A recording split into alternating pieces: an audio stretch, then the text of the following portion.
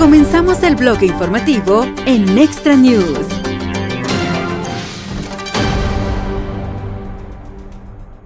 Work here, no questions first. I'll be here as long as you need to. I want to deal with two separate. Hey. Oh, sorry. You got to be the director here too. I want to deal with two very separate issues. One's the weaponization of government and lawfare. The other is I'll work through the EU deal today, which is just absolutely epic. And what I like to do is just talk about this lawfare issue, take few questions, and then go to the other one. So if you can, don't interrupt me.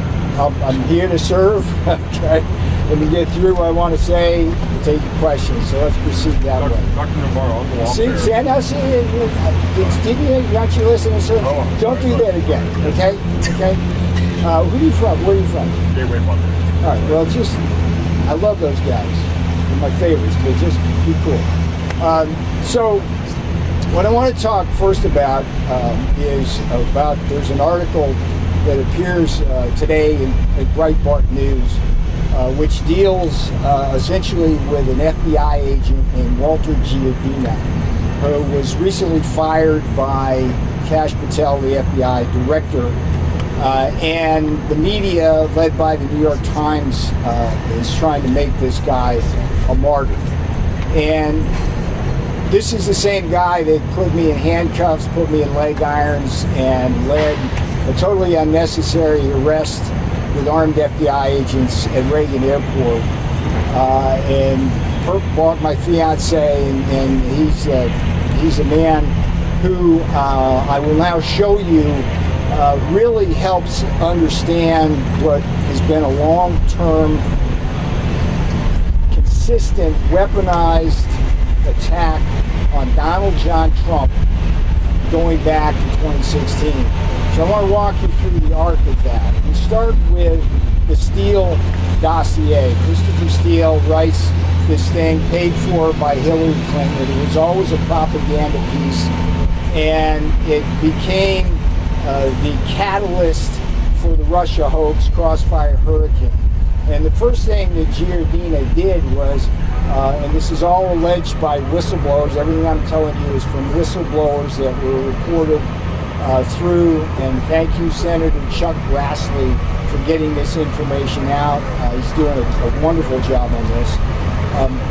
Giardina was one of the FBI agents who blessed the Steele dossier, who basically vouched for its authenticity and therefore set Crossfire Hurricane on its way. That was a complete hoax that cost tremendous amounts of political capital, harmed the president, and was just wrong. Now, at the same time, there was a separate operation going on, and it was called, I'll call it the Egyptian hoax.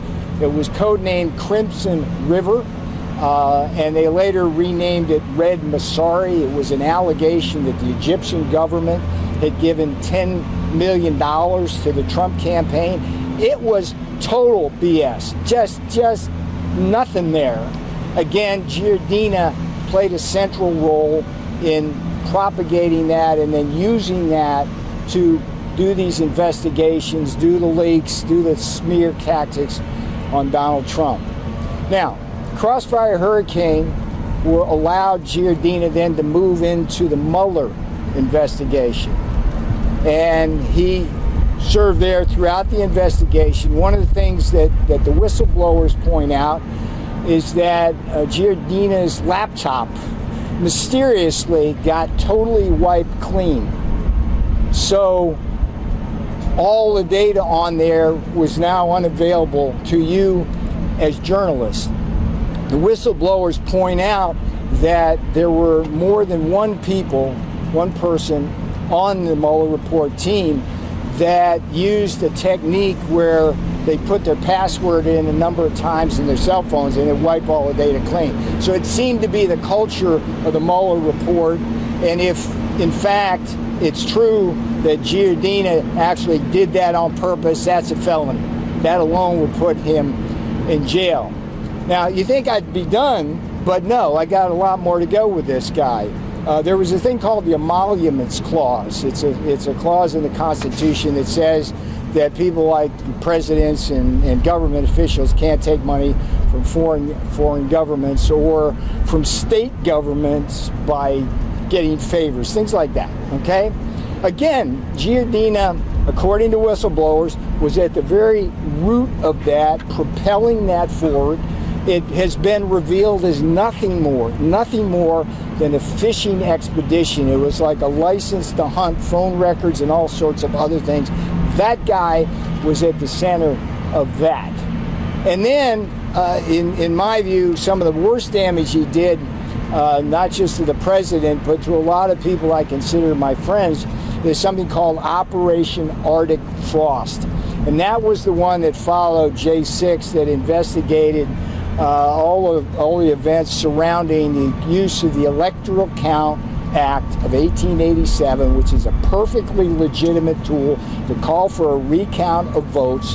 Giardina used that, and it led to attacks on people like Jeff Clark, John Eastman, both of whom may lose their law license, spent millions of dollars on it. Jenna Ellis, Sidney Powell, Rudy Giuliani. Giardina was there as well. And in some sense, I buried the lead, because going back to Crossfire Hurricane, one of the big casualties there, and a great friend of mine and a patriot, was Mike Flynn. He was forced to resign because of that nonsense. And when we lost Mike Flynn early on in the administration, we wound up with John Bolton. How'd that work out? One of the most treacherous people that's ever been in that West Wing. So this is the guy, if you weave that through, it paints a picture of a sustained effort by people inside the FBI, inside the Justice Department, inside what we love to call the deep state, which is what it is, inside the rhino wing of the Republican Party, going after Donald Trump. So this guy, nobody should feel sorry for him. He's not a martyr. New York Times, you got to do a better job of doing your journalism. And he's the guy that put me in handcuffs, put me in leg irons. He's the guy that served me with my subpoena. He's the guy who testified at the grand jury. And there's allegations there that that testimony was not truthful. He's the guy that testified at my trial. And I hold this man responsible, and it's not about me. I hold him responsible for a lot of what has been done to really erode trust of the American people in our American justice system. That's the story of Walter Giardina. I urge every one of you guys to read the Breitbart article, fact check me, and I dare you to find anything I say in there that's not absolutely true. And if it's absolutely true, that man needs to go before Congress. He needs to be hauled up, and he needs to be held accountable. And it's not just him. It's Obama, it's Clinton, it's Comey, Page, Clapper, Brennan, Schiff, and all the rest of them. Okay, that's that story. I will take some questions now just on that, and then we'll go into the separate thing on EU. Yes, sir. Dr. Farah, thank you. George Conrad from Gateway Funding. You wrote in your op-ed, if we don't hold these lawfare scoundrels accountable, they will do it again. What kind of punishment do you think is appropriate for Giardina, Clinton, Comey, the rest of them? Well, remember, all of these things are allegations by whistleblowers inside the FBI or Justice Department, okay? I mean, that's damning in and of itself.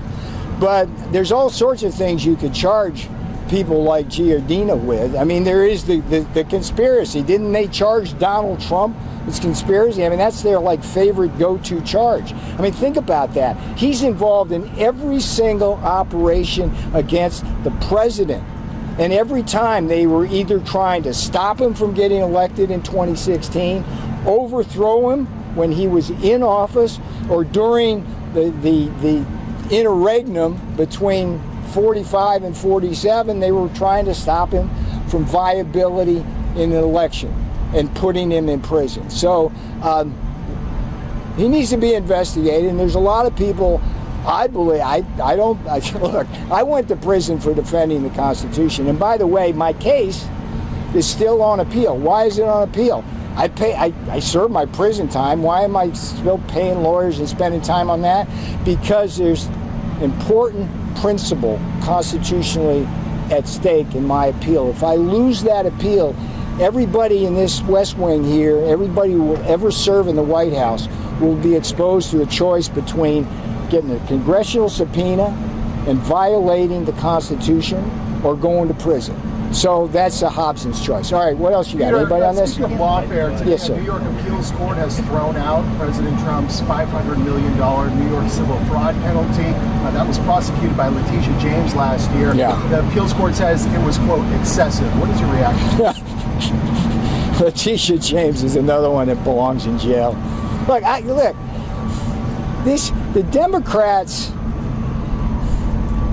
look, they really overplayed their hand on this because they thought they could take Donald Trump out. They didn't.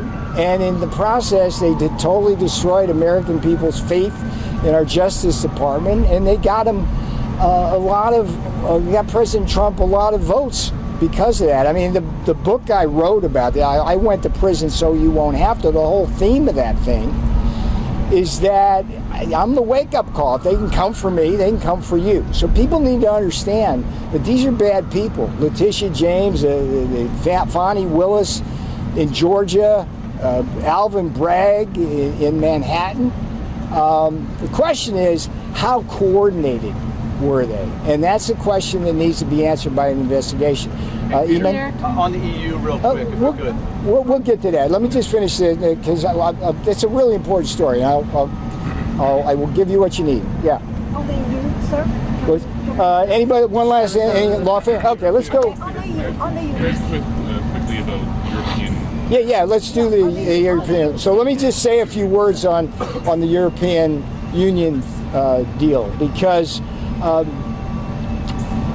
In many ways, I can think of no deal more important than with the European Union. I mean, it is, after all, one of the largest entities in the world. It's so important, not just economically, but strategically. But for many, many years, it has been taking unfair advantage of the United States. Consistently higher tariffs, consistently higher non-tariff barriers.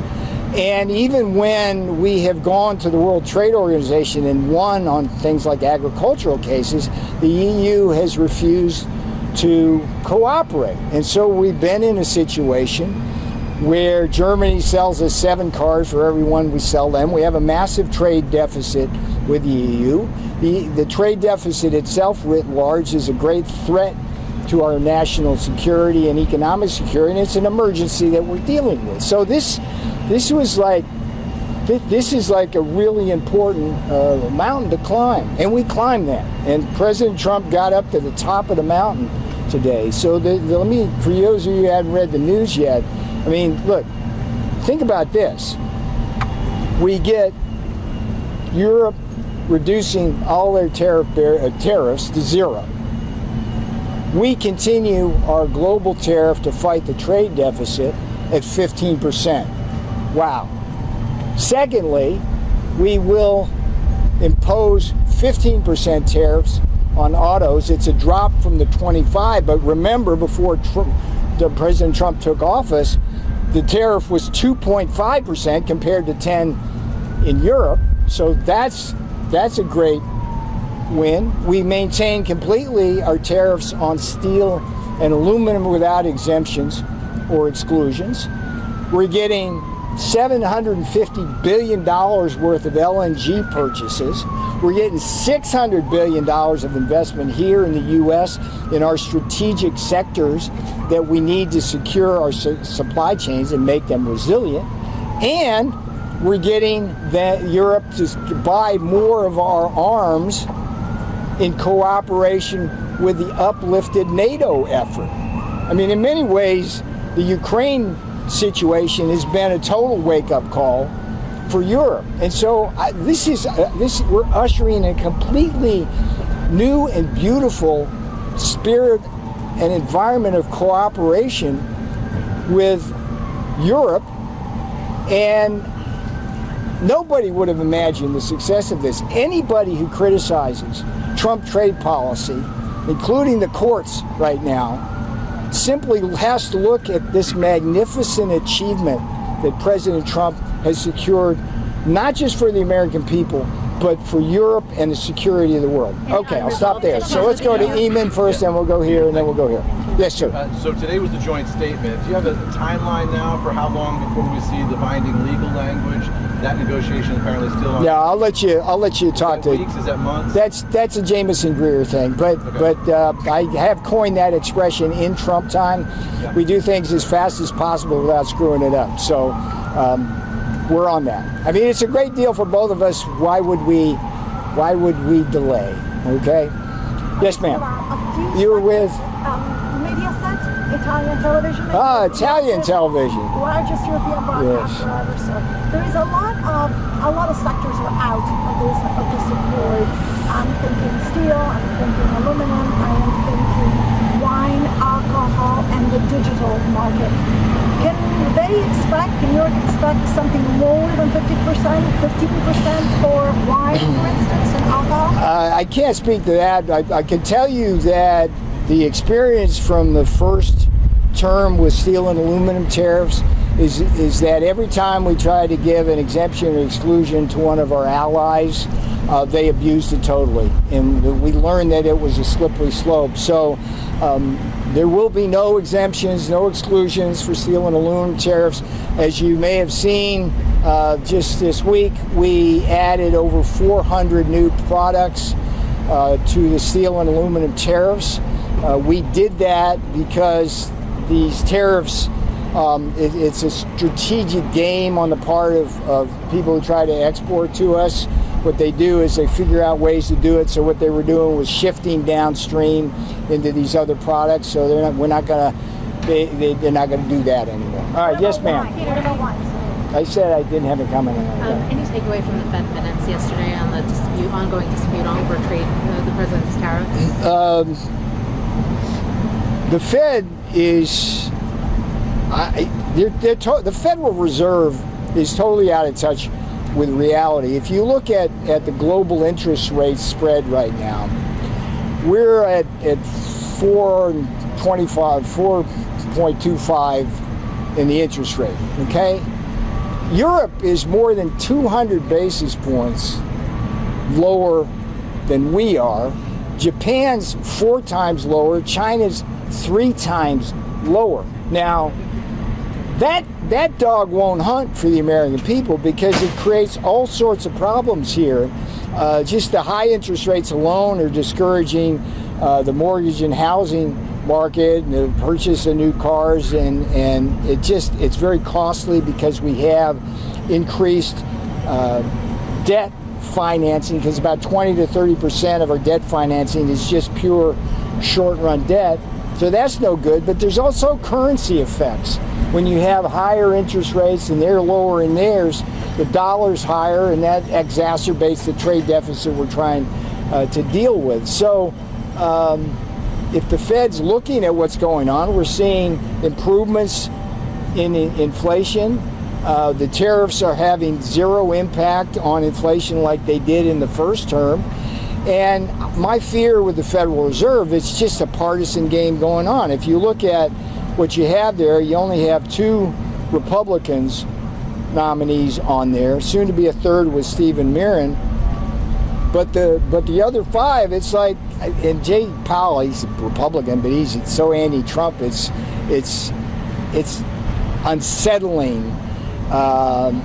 And I say that just so I fill that out a little bit. If you look at the arc of Powell's decisions, everything he's done since he got appointed has been against President Trump. When he was in with Biden and Yellen, he was doing things he shouldn't have done, lowering rates too early and causing inflation. So they got to get their act together. I hope they find some enlightenment in Jackson Hole. But I'm not betting my house on that. Okay, yeah, go here and then go here. Hang on. Go here, and then here. Yes. Try again. Are you saying that you could still win an exemption on one? No, I'm not saying that at all. How sustainable are those secondary tariffs against India, and how important are those to hold Russia accountable? Well, let's talk about India. I would refer you to the piece I did in the Financial Times that appeared on Monday. And the Indian situation is very interesting. A lot of people don't know this, but prior to Russia's invasion of Ukraine in February of 22, India bought virtually no Russian oil. Let me say it again. Prior to the invasion of Ukraine in February 2022, India bought virtually no Russian oil. I mean, it was like 1% of their needs. So the argument somehow now, as the percentage has gone up to like 30 and 35%, that somehow they need Russian oil to cool their homes or cook or drive their cars is nonsense. And what I do in the Financial Times article is I illustrate how Russian refiners have gotten in bed with Italian refiners in a game in which they get cheap Russian crude, follow me here, they get crude at a discount, and then they make refined products which they sell at premium prices into Europe, Africa, and Asia. It's strictly profiteering by the Indian refining industry, big oil. Now think about India when you think about the tariffs we're putting in place. 25% because they cheat us on trade, 25% because of the Russian oil. I ask you this, what is the net impact on the Americans because of our trade with India? Well, let's think about it. They have higher tariffs, there are Maharaja tariffs, higher non-tariff barriers. We run a massive trade deficit with them, so that hurts American workers, hurts American businesses. Then they use the money that they get from us when they sell us stuff to buy Russian oil, which then is processed by refiners, and they make a bunch of money there. But then the Russians use the money to build more arms and kill Ukrainians, and so American taxpayers have to provide more aid, military style, to the Ukrainians. So that's insane. And President Trump sees that chessboard beautifully, and you guys need to write about that. That's what's going on there. And in many ways, the road to peace runs through New Delhi. And so that's the answer to that. Okay, who is next? So sticking with India, with EWTN, Owens Jensen, Global Catholic Network. Okay. So following up on that question, India. Yeah. The doubling of tariffs to 50% is supposed to take place August 27th, just 6 days from now. Yes. Do you see that taking place? I see that taking place. India doesn't appear to want to recognize its role in the bloodshed. It simply doesn't. It's cozying up to Xi Jinping is what it's doing. It's not And by the way, I wrote that article in the FT just to deal with the propaganda of the Indian government to make people want to feel sorry for them. Oh, they need the oil. They don't need the oil. It's a refining profiteering scheme. It's a laundromat for the Kremlin. That's the reality of that. So I love India. Look, Modi's a great leader, but please, India, look at what your role here is in the global economy and good here. It's like what you're doing right now is not creating peace, it's perpetuating the war. I'm going to take two more and then I got stuff to do. Let's go here, hang on, here, and then please let me move on. I've given you generous amounts of time. Yes, ma'am. So have the trade talks between US and India been cancelled that was slated for later this month? I have no visibility on that. You have to talk to the USTR about that. And China still continues to be the #1 exporter of crude oil from Russia. Why have they been? We have 50%. We have 50% tariffs on China already. So. Right, but they have been given a secondary tariff. Yes, ma'am. You alluded to Chairman Powell giving a big speech tomorrow in Jackson Hole. Yeah, who are you with? Just so I know. Betsy Klein with CNN. CNN, okay. What is the White House hoping to hear from that speech tomorrow? Hope is not a strategy, okay? We don't hope anything with Jay Powell. He's a lost cause. But I've said repeatedly that the best thing that can happen is that the other members of the Board of Governors get religion on this. I said that before the last meeting, and sure enough, 2 of them dissented for the first time since the 1990s. We'll get Steve Mirren in there. He'll be a strong voice. And look, we got to stop this partisan crap, okay? This is about America. This is about the American people. It's about workers. It's about business people. It's just, we got to do that. And whether it's the lawfare aspects of this, where we're partisan, just destroying our justice system to try to put people in jail or out of power, or whether it's this crap. We got to stop doing that. Okay, thank you for your patience. I got to go now. And I'll be right with. I'll be back. I'll be back. Thank you. Peter. Muy pronto, vuelve a escuchar las noticias más relevantes en este canal de noticias.